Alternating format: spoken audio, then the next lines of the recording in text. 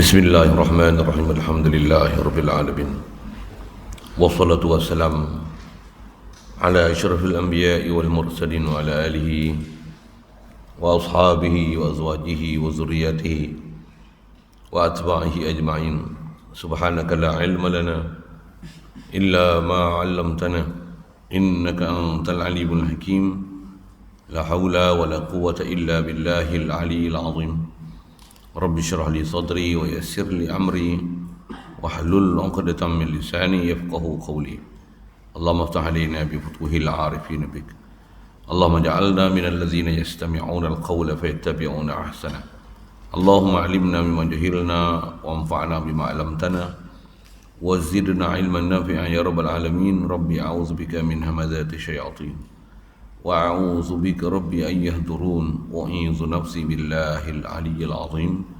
Bismillahi ma syaa Allah la yasuqul khaira illa Allah. Bismillahi ma syaa Allah la yasrifus su'a illa Allah. Bismillahi ma syaa Allah ma kana min ni'matin fa min Allah. Bismillahi ma syaa Allah la haula wa la quwwata illa billah. Wa ba'du. Qala Syekh Musannif rahimahullah ta'ala wa nafa'na bihi wa bi'ulumihi fi darain amin. Kata musannif wa qiyamuhu ta'ala bi nafsihi, artinya dan berdiri Allah Ta'ala akan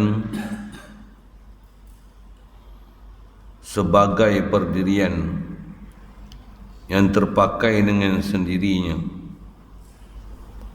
Dan ketahui daripada perkataan musannif bahawasanya harus dikatakan nafs atas zat Allah Ta'ala jikalau dengan tiada musyakalah, yakni dibandingkan dengan yang lainnya sekalipun, seperti barang yang telah dikatakan oleh Tuhan kita subhanahu wa ta'ala, kataba rabbukum ala nafsihi rahmah, yakni telah ditentukan telah ditentu oleh Tuhan kamu sekalian atas dirinya akan rahmat. Kesalahan bagi orang yang menentukan dia dengan musyakalah, seperti firman Allah Ta'ala cetera daripada Nabi Allah Isa AS, ta'lamu ma fi nafsi wala a'lamu ma fi nafsika, artinya engkau ketahui barang yang pada diriku dan tiada aku ketahui barang yang pada diri engkau. Maka adalah zat dan nafs itu satu makna keduanya, dan bahawasanya lafaz nafs dihantar orang akan dia di atas beberapa makna yang banyak.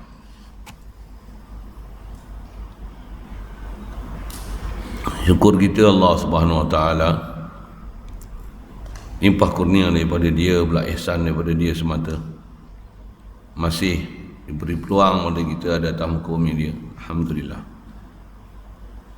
Kewajipan kita menyatakan tauhid pada dia, mengiktiraf dia ilah, mengiktiraf kita ni makhluk dia, kita ni hamba dia, kita ni ciptaan dia, kita ni milik dia. Alhamdulillah. Syukur diberi kita dengan membenarkan di hati apa sebut tadi, itulah dikatakan iman, melayakkan kita jadi umat Nabi Muhammad sallallahu alaihi wasallam. Alhamdulillah. Dan menjadi umat Nabi Muhammad sallallahu alaihi wasallam ni sebesar-besar nikmat sebenarnya. Cuma atas kita wajib mengaji, belajar, nak faham nikmat jadi umat Nabi Muhammad sallallahu alaihi wasallam ni. Barulah kita memang kalau faham betul-betul akan pasti jatuh hati, jatuh cinta. Bahkan kita akan menggadaikan seluruh apa yang ada pada kita, jiwa raga kita, untuk menzahirkan rasa cinta dan nak mengikut baginda Nabi Muhammad sallallahu alaihi wasallam. Insya-Allah. Alhamdulillah. Syukur diberi pada kita kesihatan, kelapangan masa, keupayaan boleh hadir untuk solat berjemaah, hadir pula dalam satu majlis ilmu yang insya-Allah kita nak manfaatkan, meneruskan bacaan daripada kitab Sirajul Huda, insya-Allah. InsyaAllah kita nak sambung malam ni mengikut tertib seterusnya Macam mana ulama' dah susun untuk kita. Atas ringkasnya 13 yang wajib sabit sungguh pada Allah Ta'ala, tak boleh nak dinafikan.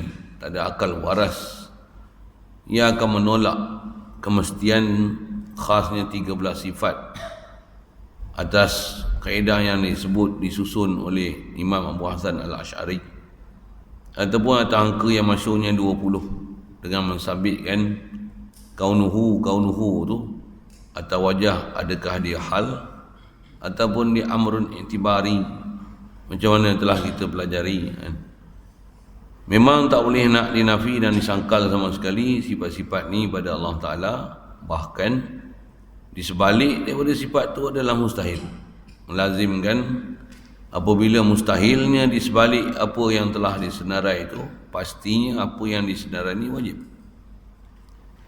Memang macam tu kaedah mulazamah apa yang kita bicara bab sifat wajib pada Allah Ta'ala, yang dengan wajib itu menafikan zid dia, lawan dia, sebaliknya opposite daripada apa sifat yang wajib ni. Di sebalik itu adalah mustahil dan tak semestinya, tak sepatutnya dinisbahkan pada Allah Ta'ala akal yang waras. Takkan boleh mengisbat dan membenarkan sama sekali sifat yang mustahil. Dan akal yang waras pastinya akan membenarkan dan mensabitkan benarnya, pastinya sifat-sifat wajib pada Allah Ta'ala ni.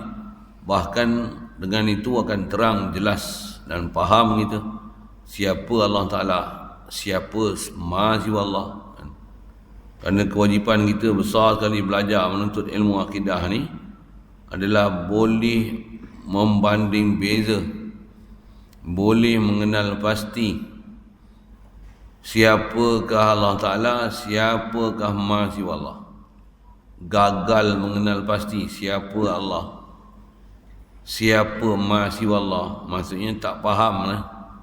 Tak faham bab ketuhanan, tak faham apa yang dikatakan yang bukan Tuhan. Tuhan dari sudut disembah satu hal, Tuhan juga dari sudut ciri dan sifat yang sepatutnya dipaham, yang tak boleh sama sekali memakhlukkan Tuhan dan juga tak boleh sama sekali mentuhankan makhluk. Dua-dua tu kesalahan besar. Mentuhankan makhluk ni biasanya kesalahan berlaku dari sudut memahamkan pada makhluk ni ada ciri dan sifat keboleh bergantungan kepada makhluk, seolah-olah makhluklah dengan zat makhluk itu sendiri boleh memberikan sesuatu pada makhluk ni. Yang tu yang ghalibnya berlaku kesalahan kita dalam bab akidah. Begitu juga kesalahan akidah dalam bab memakhlukkan Tuhan. Dia boleh jadi dari sudut salah faham kita dan tak fahamnya dengan pelajaran kita belajar lepas mengenai mukhalafah lil hawadis. Ya Allah Ta'ala ni semestinya jauh beza bumi langit antara Allah Ta'ala dan makhluk. Bahkan bab wujud saja pun dah cukup dah untuk membezakan siapa Allah, siapa makhluk. Takkan boleh ada langsung ciri persamaan antara Allah dan makhluk. Takkan sama sekali, macam mana tak samanya ada dan tiada, macam mana tak samanya hidup dan mati, macam mana tak samanya terang dan gelap, macam mana tak samanya si celik dan si buta.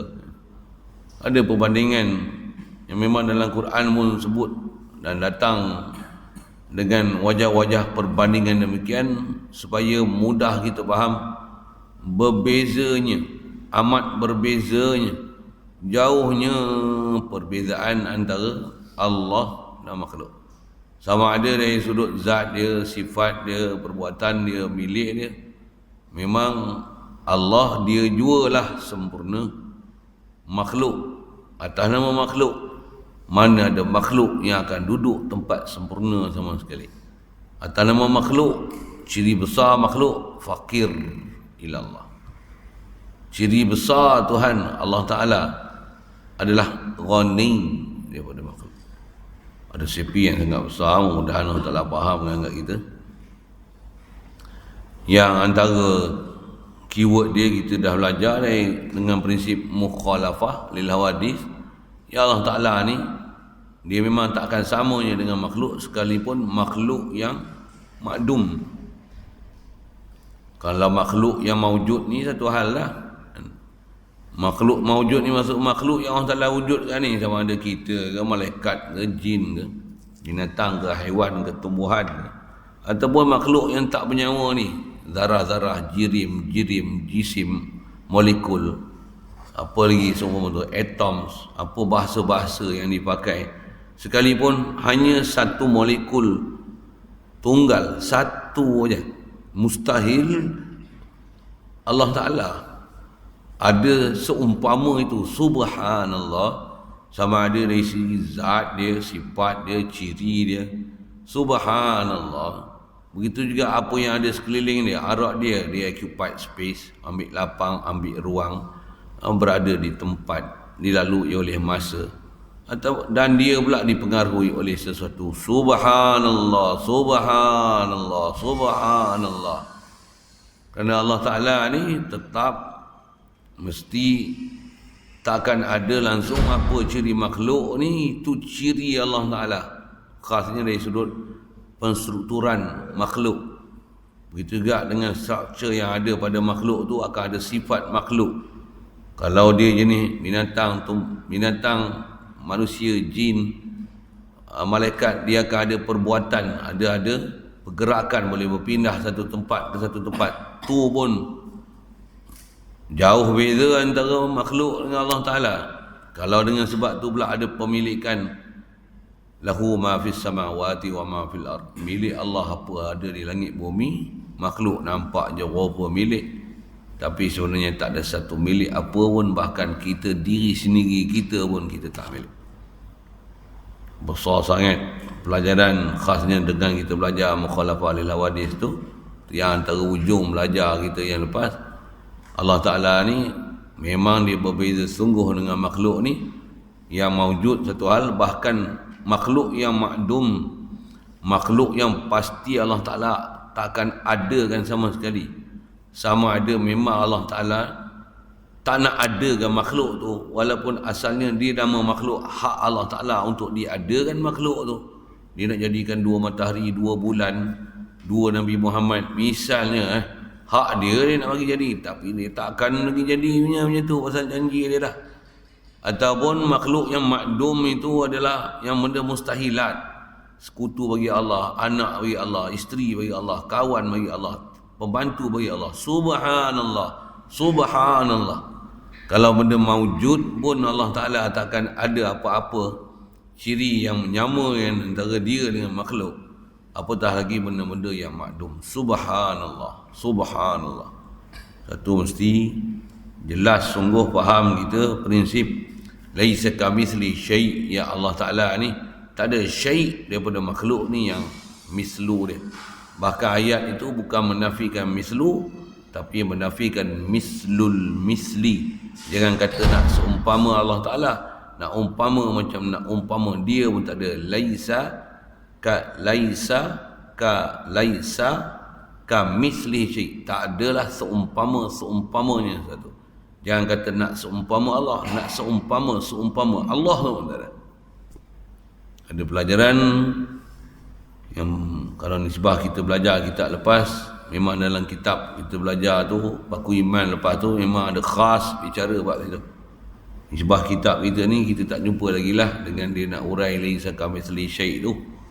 Tapi dasarnya sebenarnya dia dah syarahkan dah apa yang dimaksud dengan laisa kamitsli syai' tu. Hatta yang terdekat kita bicara, kalau ada orang menyangka makhluk ni maujud, Allah maujud, jadi macam seolah-olah samalah wujud Allah, wujud makhluk. Bodohnya cakap macam tu kan, bangangnya cakap macam tu, kufurnya faham macam tu. Pasal apa? Gila babi punya salahnya faham akidah. Atas sifat tu yang sebut Allah wujud, wajibul wujud, kita wujud, mungkinul wujud, jaizul wujud. Untuk susah, untuk supaya jangan salah faham, Allah wujud, kita makdum. Siap. Supaya jangan salah faham. Tak mana kita makdum ni, asal kita makdum. Siap. Siapa nak petikai? Ada bahasa kat kita maujud pun, nisbah Allah bagi ada kita. Satu tumpahlah nama wujud tu. Tu pun hakiki kita apa? Asal tak ada. Ada ni baharu ada. Kita hawadis. Allah Ta'ala qadim. Jauhnya beza antara qadim dengan hawadis. Jauhnya beza. Satu ulama supaya jangan terkeliru tak sama sekali dengan Allah Ta'ala ni. Allah wujud, makhluk makdum. Allah wujud, makhluk adam. Makhluk ni tak ada. Itu ada, Allah yang bagi ada. Supaya jangan salah faham tu. Jangan salah faham tu. Jadi dengan apa kita nak sambung ni, ya Allah ni di atas, jauh beza sangatlah antara Allah Ta'ala dengan makhluk. Khasnya Allah tentu sabit zat Allah. Allah ni nama dia. Nama mesti sabit musamma. Nama mesti ada zat yang akan jadi tempat. Nak refer at daripada sesuatu nama, mesti ada zat yang mempunyai nama. Jadi atas kita bicara la ilaha illallah ni, tiada la ilah melainkan Allah. Allah nama tentu sabit zat dia, dan zat dia ni macam mana? Mukhalafah prinsip lepas, nak sambung apa? Zat dia tentulah qaim binafsih. Zat dia qiyamuhu ta'ala binafsih. Baik. Satu kita belajar dengan disiplin, ulama dah tolong membuat formulasi dan rumusan untuk kita faham ni. Masya Allah, terima kasih banyaklah. Mujurlah kita ada ulama-ulama, tutup guru yang pakar dalam memahamkan bab ketuhanan ni. Mereka macam mana Rasulullah sangat amat kasih sayang, cinta pada umat dia. Begitu jugalah sahabat tabi'in, tabi'in, para ulama kita. Macam mana ciri ada pada Rasulullah, ada pada siapa pengikut Rasulullah. Mereka sangat sayang, kasih, nak selamatkan kita daripada rosaknya dan salahnya akidah. Apa kepakaran yang ada pada mereka telah dicurahkan, telah diformulasikan, telah diringkaskan, telah dimampatkan, telah dipadukan dengan formula-formula seumpama ini untuk memudahkan kita faham, dan seterusnya untuk berjalan di atas perjalanan tauhid, macam mana nak mentauhidkan Allah Ta'ala. Mujurlah kita ni mengikut kepada orang-orang ulama-ulama yang lepas ni, salihin, siddiqin, syuhada, salihin, orang yang pewaris-pewaris Nabi ni. Alhamdulillah, Alhamdulillah. Satu, jangan sombonglah nak ambil ilmu daripada para ulama. Baik. Jadi khas atas kita nak bicara ni qiyam bi nafsi. Nisbah terjemah berdiri Allah Ta'ala dengan sendirinya. Dia beri, kita baca tu, berdiri Allah Ta'ala akan sebagai perdirian yang terpakai dengan sendirinya. Ini bahasa dia lah kan. Bahasa klasik ni memang ada benda tu dengan kita punya pakai ni kadang-kadang dia ganggu sikit nak faham. Padahal faham tu sama, cuma bahasa dia tu dia macam, kenapa dia cakap bahasa macam ni ya? Itu bahasa dia. Bahasa dia. Jadi janganlah jadi bodoh dengan sebab bahasa tu menyebabkan kita tak nak faham apa sepatutnya kena faham. Macam itulah sikit. Saya mengaji tertib, mengaji dengan tutup guru yang memang bila bicara bab-bab bahasa ulama-ulama dulu ni, dia kata apa? Dia kata apa? Tengok dengar nasihat dia. Apa dia? Dia kata apa? Itulah kita kena ngaji bahasa Arab. Kata dia. Supaya kita faham Arab yang tulis Arab tu. Bukan kita faham Arab dengan terjemah dia. Pasal terjemah dia tulis mengikut ragam bahasa dia. Kalau dia orang Jawa, dia orang Banjar, dia orang Palembang, dia akan ikut bahasa dia lah. Bukan ikut bahasa kita duk pakai lah ni, kata dia. Tapi kalau kita faham Arab, Arab tak bertukar. Kita duk ngaji Arab Fusha tu, ayat Quran tu. Macam mana ayat Quran turun tu, kita belajar dengan disiplin, ulama ajar kita belajar Nahu, Saraf, Balaghah dia tu. Kita akan faham macam mana Al-Quran diturunkan tu, macam tu kita faham, tak ubah sikit pun. Dengan taufik hidayah Allah Ta'ala akan bagi kita faham dengan disiplin yang kita belajar, yang ulama telah susunkan untuk kita tu. Memang sebut Arab tu sikit pun tak lari daripada apa sepatutnya kita kena faham. Satu, kena bersungguh. Saya mengaji dulu arwah Tunku Haji Ghazali tu, bila dia sebut macam tu, dia kata apa? Pulul lah sikit, katanya. Bahasa dia. Kata dia, kalau baca Arab tu tak faham tu, maksudnya kena mengaji lagi lah, katanya. Kalau hanya tengok Jawi je, kata dia tak pada kat tu. Yang tu tak pandai lagi pasal tumpang orang, katanya. Dengar dia sebut. Saya dengar perkataan tu lah, kata, ui, macam tu je dia belajar, dia faham. Oh, tapi memang betul. Dan saya mengaji dulu, seawal-awal dia ajar saya mengaji dulu Matan Jeremiah. Saya mengaji Domon, mengaji tasrif dia pun, mengaji budak-budak bodoh, habis bodohnya budak mengaji hak tu. Seawal-awal tu dia dah asuh supaya jangan tengok terjemah, bahkan tengok Arab.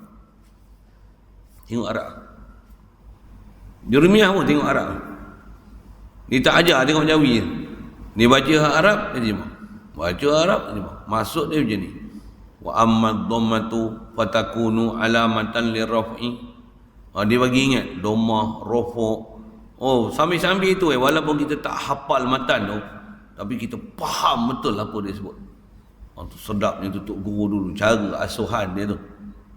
Khas saya sebut tu yang qiyamuhu bi nafsih. Asal terjemah tu qiyam masdar. Qama yaqumu qiyam, maksudnya berdirinya, idafah pula pada fa'il, berdiri oleh Allah Taala. Qiyamuhu ta'ala. Jumlah ta'ala tu dia la mahala lahu min al-i'rab. Pasal apa? Pasal dia menengahi antara qiyamuhu ta'ala bi nafsih, tempat ta'alluq bagi jar majrur tu dipisahkan dengan satu jumlah. Jumlah ni la mahala lahu min al-i'rab. Ataupun sah juga nak kata qiyamuhu bi nafsih, qiyamuhu ta'ala. Ta'ala tu hal bagi domir qiyamuhu Allah Ta'ala, hal bagi sahibu hal dia, domir yang duduk mahal mudhafu ilaih tu. Tak faham ngaji lain.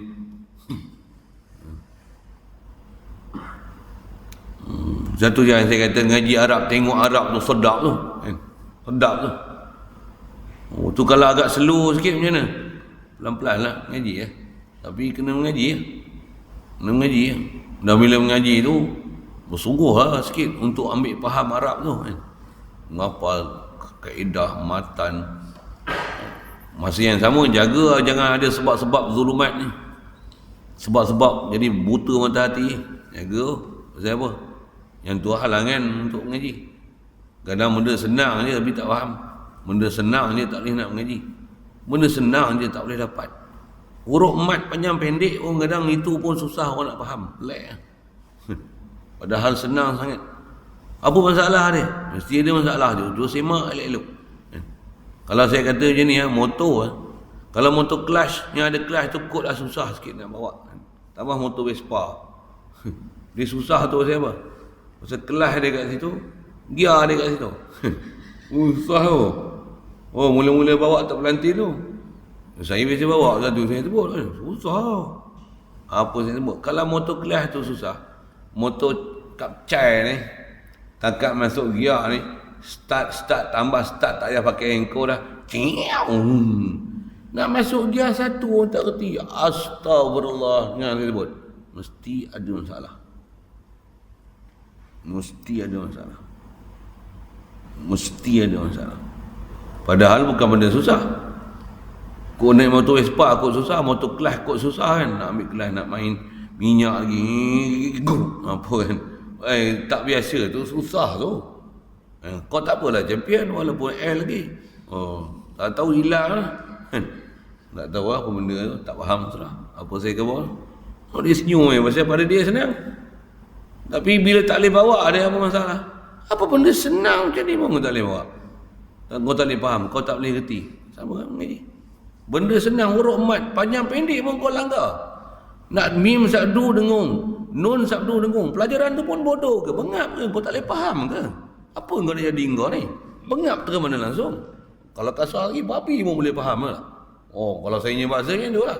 Jadi apa masalah tak boleh faham ni? Mesti ada masalah. Tu zulumat tu. Dia mesti ada halangan yang menyebabkan tak boleh faham. Padahal benda-benda senang kan. Macam Wahabi tak boleh faham apa yang nama akidah sahih tu. Dia tak boleh faham. Bengap ke mana ni? Dia mesti ada sebab ni. Apa pasal ni menyebabkan bengap sangat, tak boleh nak faham apa benda yang hak dan batil ni. Apa yang tak sepatutnya disembah pada Allah Ta'ala, dia mesti ada sebab. Kan? Nak sebut tentang sebab tu. Jadi atas kita belajar tu, tu yang kalau ada bahasa terjemah ni tu agak susah, tengok qiyamuhu bi nafsi. Ya. Nak hanya faham tu. Berdiri Allah Ta'ala dengan dirinya. Bahasa dia, berdiri Allah Ta'ala akan sebagai pendirian yang terpakai dengan sendirinya. Saya baca yang tu lah, saya tak urai. Saya pun tak faham bahasa dia. Bahasa dia tu macam mana? Pasal apa dia guna benda ni? Susah saya nak urai dia punya bahasa tu. Baca je lah. Okey, lagi. Dan ketahui daripada perkataan musannif ni, faham daripada qiyamuhu ta'ala binafsih ni, harus dikatakan nafs atas zat Allah Ta'ala. Maksud apa? Qiyamuhu binafsi, binafsi dengan dirinya. Kalau ikut asal bahasa kita sebut diri Allah Ta'ala ni, bahasa yang selalu ditelak dan dipakai apa dia? Qiyamuhu ta'ala bizatih. Tapi tidak sebut qiyamuhu ta'ala bizatih, tapi sebut qiyamuhu ta'ala binafsih. Jadi boleh ke perkataan nafs pada Allah Ta'ala? Dia nak bahas itu. Jadi bila bahas ilmiah ni, tengok dia nak bahas sikit situ. Kenapa tak guna zat? Dan boleh ke gunakan bahasa nafs? Dengan faham dia dah sebut dah qiyamuhu ta'ala binafsihi ni, memang tak ada masalah untuk sebut nafs pada diri Allah Ta'ala. Tak ada masalah tu. Tak ada masalah tu. Cuma jangan kata Allah batang tubuh Allah Ta'ala. Tu jangan. Tu jangan. Nafs ada masalah. Zat tak ada masalah. Apa? Kalau bahasa terjemah kita, diri Allah Ta'ala pun tak ada masalah dengan bahasa Melayu. Diri itu. Tapi jangan sebut jasad Allah Ta'ala. Tubuh Allah Ta'ala. Maksudnya apa? Itu bukan bahasa dia. Itu bukan bahasa dia. Itu langgar etika ketuhanan tu.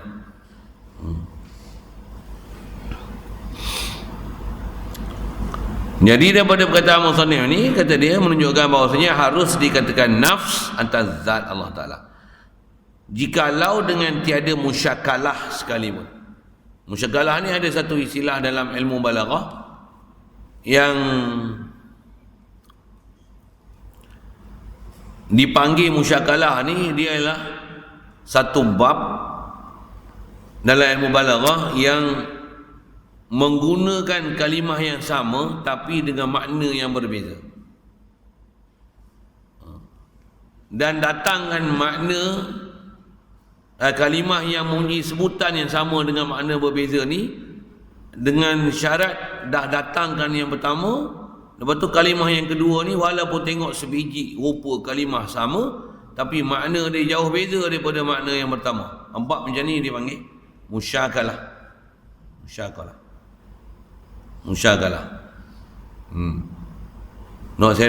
nak ambil faham musyakalah dulu. Nanti kita jumpa ni, jumpa apa dia sebut musyakalah. Bagi faham musyakalah tu apa. Wa makaru wa makarallah. Itu musyakalah kan? Orang kafir mereka cuba membuat penipuan, tipu daya untuk merosakkan orang Islam dengan perancangan-perancangan mereka. Wa makaru, mereka buat macam-macam penipuan, tipu daya, konspirasi, perancangan. Quran membagi isyarat walan tarda ankal yahudu walan nasara hatta tattabi'a millatahum.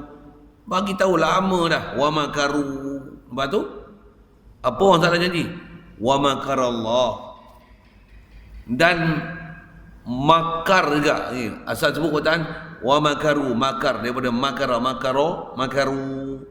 Wa makarallah. Pada Allah pun Allah menggunakan makara ya. Asal makara ni apa dia? Makar ni makr. Wala lagi sebut ayat Quran pergi syarah lain pula. Tapi nak sebut makaru ni daripada makara fi'il madhi, makarallah. Jadi seolah-olah faham kalau orang Yahudi, orang Nasrani, orang kafir ni memang dia nak buat rancangan jahat macam-macam. Wa makarallah, Allah pun buat makar juga. Maksudnya Allah pun buat juga macam-macam penipuan, tipu daya, perancangan untuk tipu daya dan hancurkan pula Yahudi dan Nasrani. Macam tu ke? Takkan makna gitu. Orang Yahudi Nasrani tipu daya memang betul. Dia mau tipu kita kan, makanan dia punya, tapi kita nampak macam tak ada apa-apa ya.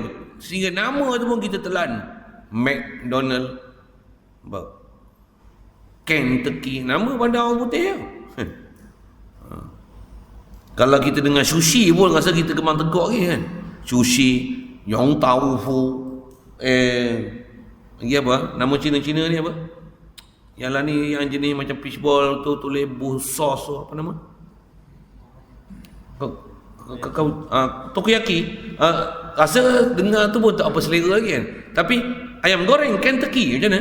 Oh, tak ada rasa apa-apa. Rasa, ui, Kentucky. Oh, betul tak saya cakap? Betul tak saya cakap? Takoyaki tu rasa macam Takoyaki. Ya, bunyi apa? Bunyi Jepun ke Korea ke apa, tak tahu, Taiwan ke apa kan. Tapi McDonald macam mana? A&W. Oh, A&W. McDonald. Betul, Kentucky je. Dengar tu surprise lah. Oh, ada orang belanja Kentucky. Wah, ada orang belanja Takoyaki. Betul tak? Saya punya feeling betul tak? Sama tak? Betul tak?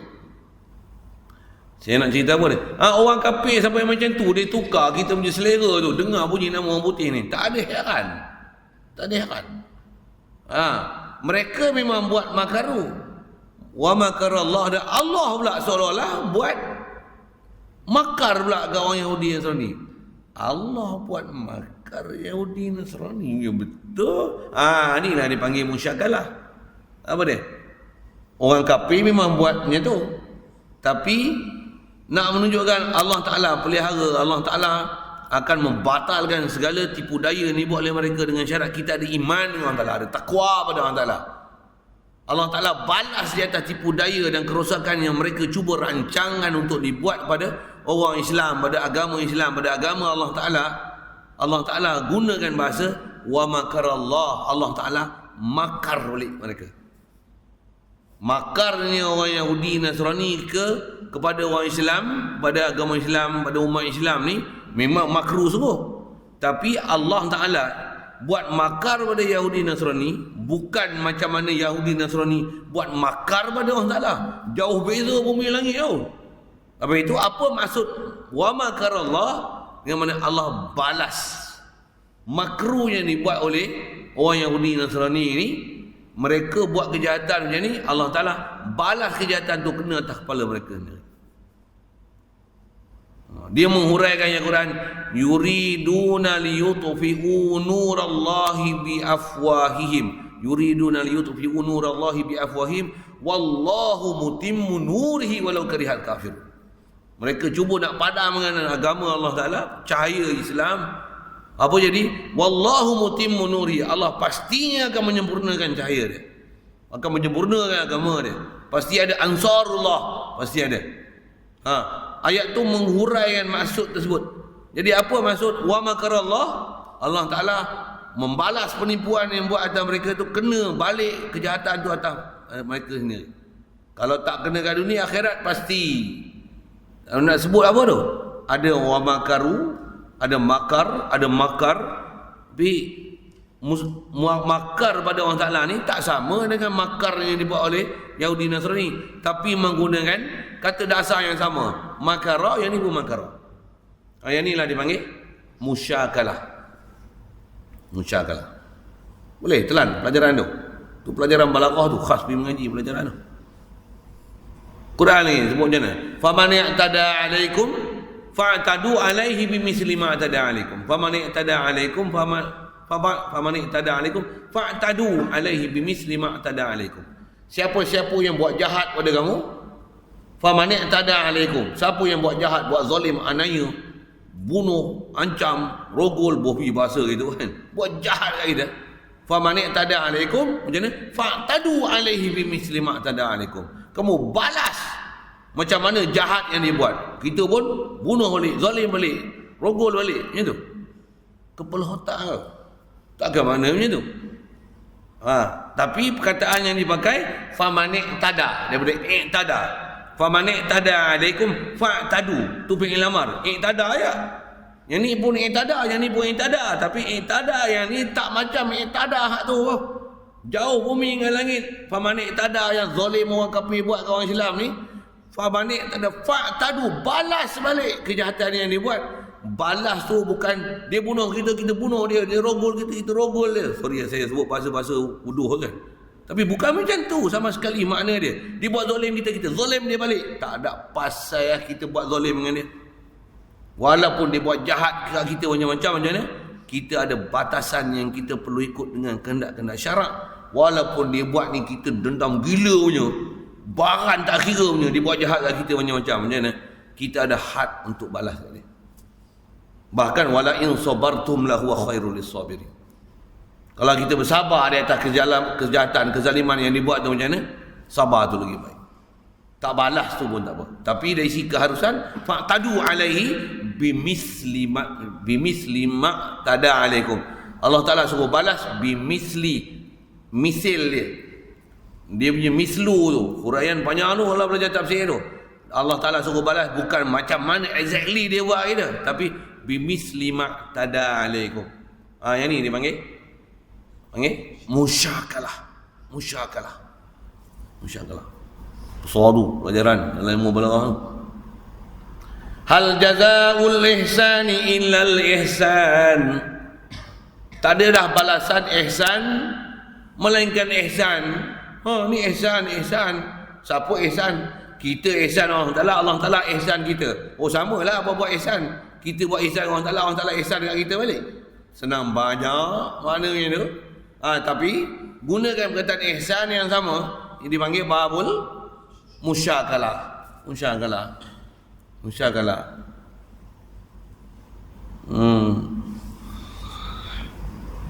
Sikit pelajaran ke musyakalah tu.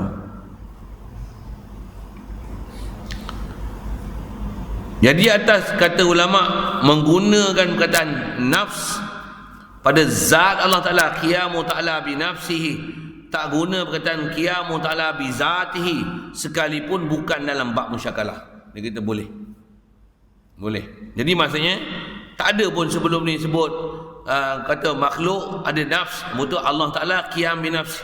Makhluk qiyam la yaqumu bi nafsihim. Allah qiyamuhu ta'ala bi nafsihi. Katalah macam tu kan. Adalah makhluk qiyam makhluk la yaqumu makhluk bi nafs bi anfusihim. Bi nafsihim. Allah Ta'ala qiyamuhu binafsihi. Jadi ada nafs ni, nafs itu kan. Yang ni musyakalah. Ni tak ada pun. Makhluk tak sebut pun. Tiba-tiba qiyamuhu Ta'ala binafsihi. Mana ada musyakalah? Jadi boleh pakai. Dia kata boleh. Sekalipun bukan dalam bab musyakalah. Dibandingkan dengan yang lainnya sekalipun. Seperti barang yang telah dikatakan oleh Tuhan kita Subhanahu Wa Ta'ala. Ini dalam Quran. Nak menunjukkan Allah Ta'ala sendiri dengan kalam lafzi dia turunkan Nabi kita Muhammad SAW yang sampai sekarang kita baca, kita boleh jumpa. Apa dia? Ayat Quran bunyi macam ni. Kataba rabbukum ala nafsihi rahmah. Bukan ada musyakalah. Tapi Allah Ta'ala menggunakan zat dia dengan menggunakan perkataan nafs.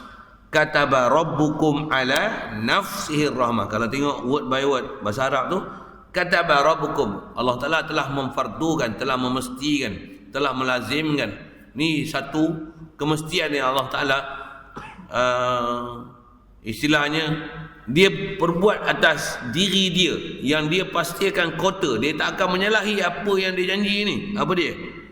Dia telah memastikan, dia telah menjanjikan rabbukum, oleh Tuhan kamu ni Allah Ta'ala ni, dia telah pastikan, dia telah menjanjikan apa dia? Ala nafsihi, di atas diri Allah Ta'ala, dia janjikan apa? Ar-rahmatah, sifat rahmat. Allah Ta'ala janjikan diri dia, nafs dia, zat dia ada rahmat. Jadi tak guna perkataan kataba rabbukum ala zatihi rahmah, tapi menggunakan perkataan kataba rabbukum ala nafsihi rahmah. Gunakan perkataan nafs kat situ. Yang ni bukan bab musyakalah. Betul? Ada ke dalam Quran? Ada. Jadi maksudnya memang ada lafaz Quran yang itlakkan zat dengan menggunakan lafaz nafs.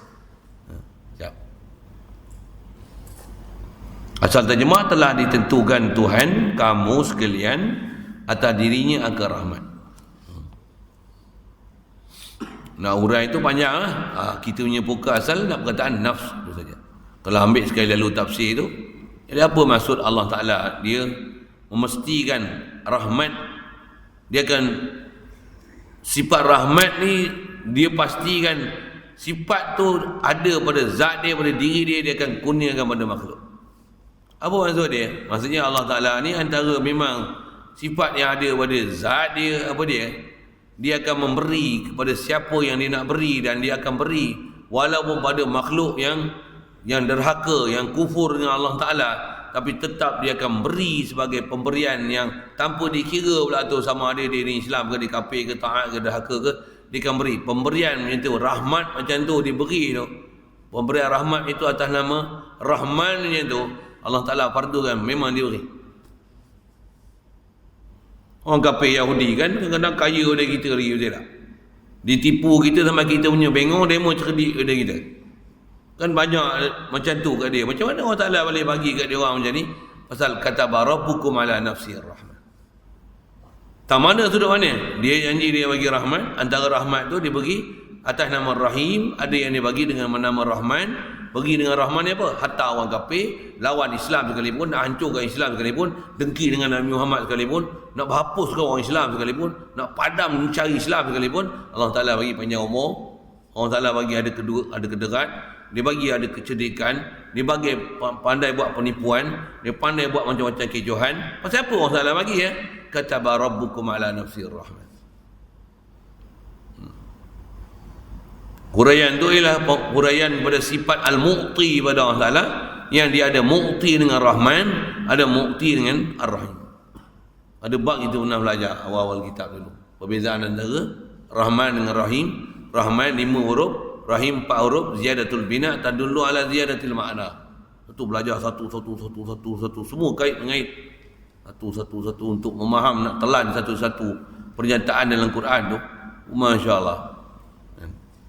Yang satu ngaji kena lama tu, ngaji kena lama, perhati, tengok, sabar, tekun, jaga jangan benda-benda yang jadi zulumat hati tu. Hadanallah ila siratal mustaqim. Baik.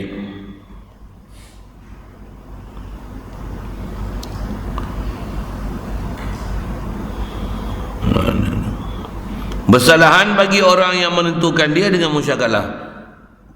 Jadi perkataan yang kata tak perlu ada musyakalah ni pun boleh menggunakan nafs pada diri Allah Ta'ala. Dia khilaf daripada ada sebahagian daripada ulama yang mengatakan tak boleh nak menggunakan nafs pada Allah Ta'ala melainkan dalam bab musyakalah saja. Kalau ada musyakalah baru boleh pakai nafs. Kalau tak ada musyakalah tak boleh. Yang ni ada khilaf. Apa sebutlah, kalau macam mana pun khilaf satu hal. Jumhur kata macam mana? Boleh, walaupun bukan dalam bab musyakalah. Baik dalil mereka macam mana? Semua berdalil mereka. Tapi dalil-dalil pun kaedah kita kena tengok mana yang atas jumhur, mana di atas yang khilaf daripada jumhur. Jadi kalau ada sekalipun silent kan, diam-diam sudahlah. Pasal apa? Bukan tujuan kita nak berkelahi. Tujuan kita nak bagi faham Allah memang dia qiyam bi nafsih. Qiyam bi zatih. Apa maksudnya? Dia sabit zat. Zat dia qaim bi nafsih. Maksudnya apa? La yahtaju ila ghair. Maksudnya apa? Huwal ghani. Ya.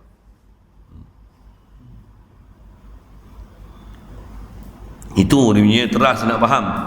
Ni bahas-bahas macam ni. Bahas lah. Tapi takkan dengan sebab ada khilaf macam tu jadi sewil dalam akidah.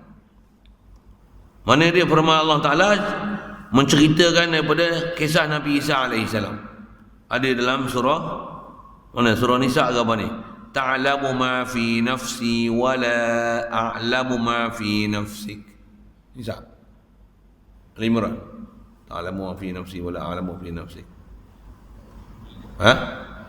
Mana? Maidah. Dai, Tambi. Tak jumpa? Maidah. Ada tulis lah dalam kitab lain. Dia bagi reference lah. Tengok orang bagi reference pula, kita sendiri reference, scan, tunjukkan bagusnya kita dengan Quran kan. Quran pun baca pun tak ada, hafal pun tak ada, ingat pun tak. Leceh kita ni. Inilah leceh dah. Kalau ada rujukan orang lain yang pakar, dia tolong rujuk kat kita sendiri pun kalau tak ada tu, tentang kita pun tak kenal ni ayat Quran ke tak ayat Quran. Punya bengap kita sampai macam tu. Tu saya kata banyak aja Quran kat kita ni, tambah orang mengaji macam mana, sekali pun kita tak tahu surah mana, ayat mana, tapi kita tahu ni ayat Quran. Aku tahu, aku pernah lalu ayat Quran, aku baca macam ni. Ni suara mulut aku ni baca, telinga aku ni aku dengar baca Quran, ayat Quran ni. Ini bukan ayat Quran, ni ayat Quran. Boleh sedar ayat Quran tak ayat Quran tu. Ni ayat Quran tak tahu. Wallah leceh sungguh. Tu satu hal lah. Upgrade kan kita punya baca Quran. Nampak disiplin masa kita untuk baca Quran. Boleh tahu surah ayat mana pula. Tu satu hal lah. Dan bukan senang pun sebenarnya nak tahu surah mana, ayat mana. Buka reference, rojok apa tu boleh, tapi yang dalam kepala tu, yang memang lekat dalam kepala tu, yang darah daging kita tu, mana? Baik, terjemah ni macam mana? Engkau ketahui barang yang pada diriku dan tiada aku ketahui barang yang pada diri engkau. Terjemah tak rasa apa-apa lah kan. Tak mana bahas ni. Dengan terjemah tak boleh tengok bahas. Waktu nak tengok bahas tak mana? Kau kena tengok Arab tu. Ta'lamu ma fi nafsi. Ta'lamu anta, engkau ya Allah, ta'lamu ma fi nafsi, pada diri aku. Wala a'lamu ma fi nafsik. Aku tak tahu apa yang ada pada diri engkau.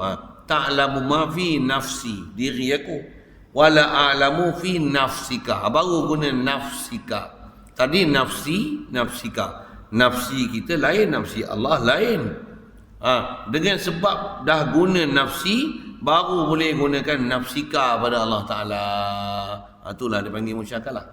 Dan mesti nafsi makna lain, zat kita ada jisim, jauhar, occupied space, dilalui oleh masa, membentuk penjuzuk beranggota, ada terkib. Allah, nafs dia bukan macam tu. Tapi boleh ke guna bahasa nafs ke dia? Boleh.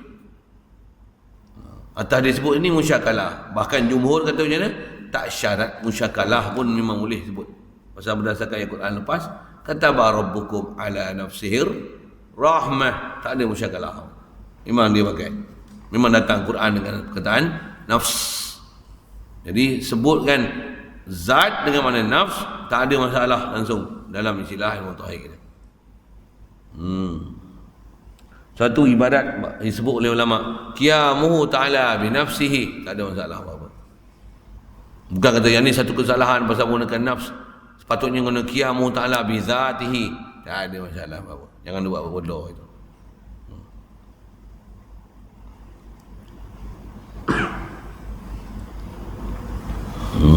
Maka adalah zat dan nafs. Okey, selesai situlah. Maka adalah zat dan nafs itu satu makna keduanya. Jadi dalam konteks kita bicara ni, qiyamu ta'ala bi nafsi, qiyamu ta'ala bi zati, ada beza ke zatihi dengan nafsi? Tak. Kalau tak, apa maksud dia? Zat dengan nafs dalam konteks ni makna dia sama. Dia adalah perkataan seerti. Selesai itu. Dan bahawasanya lafaz nafs dihantarkan orang akan dia di atas beberapa makna yang banyak. Yang ni dia sikit nak hurai kat situ. Hurai apa? Nak huraikan nafs dalam bahasa Arab ada macam-macam makna. Tapi di atas makna pada Allah Ta'ala, nafs dengan makna zat, kita dah bicara. Zat dengan nafs makna sama. Makna sama. Dan harus untuk menggunakan nafs pada zat Allah Ta'ala. Boleh. Macam mana pun, kata nafs tu sendiri ada bahas dia. Dalam konteks fiqh, dalam konteks lugah. Yang ni ke depan lah. Baca panjang juga tu, situ dulu.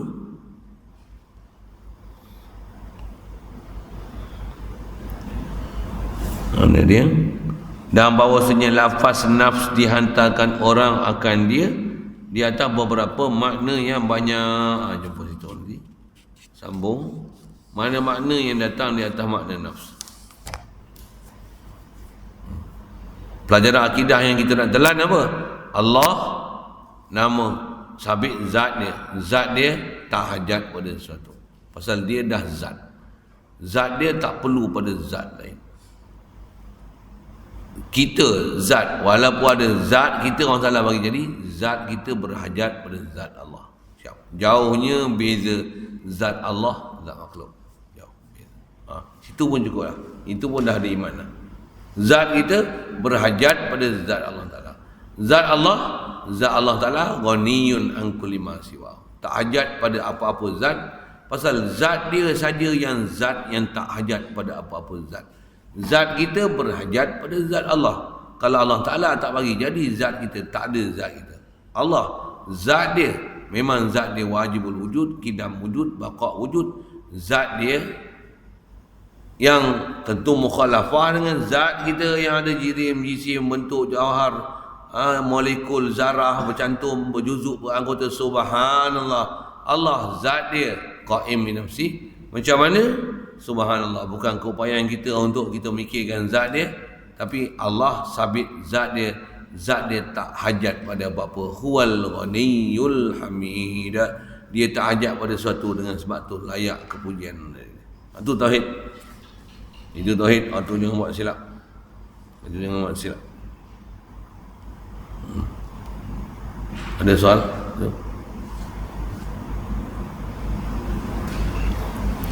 Bismillahirrahmanirrahim. Allahumma nawwir qulubana min nuri hidayatika kama nawwartal arda bi nuri syamsika abadan abada bi rahmatika ya arhamar rahimin warzuqna fahman nabiyyin wa hifdzal mursalin wa ilhamal malaikatil muqarrabin wa sallim tasliman ala jami'il anbiya'i wal mursalin. Alhamdulillah rabbil alamin.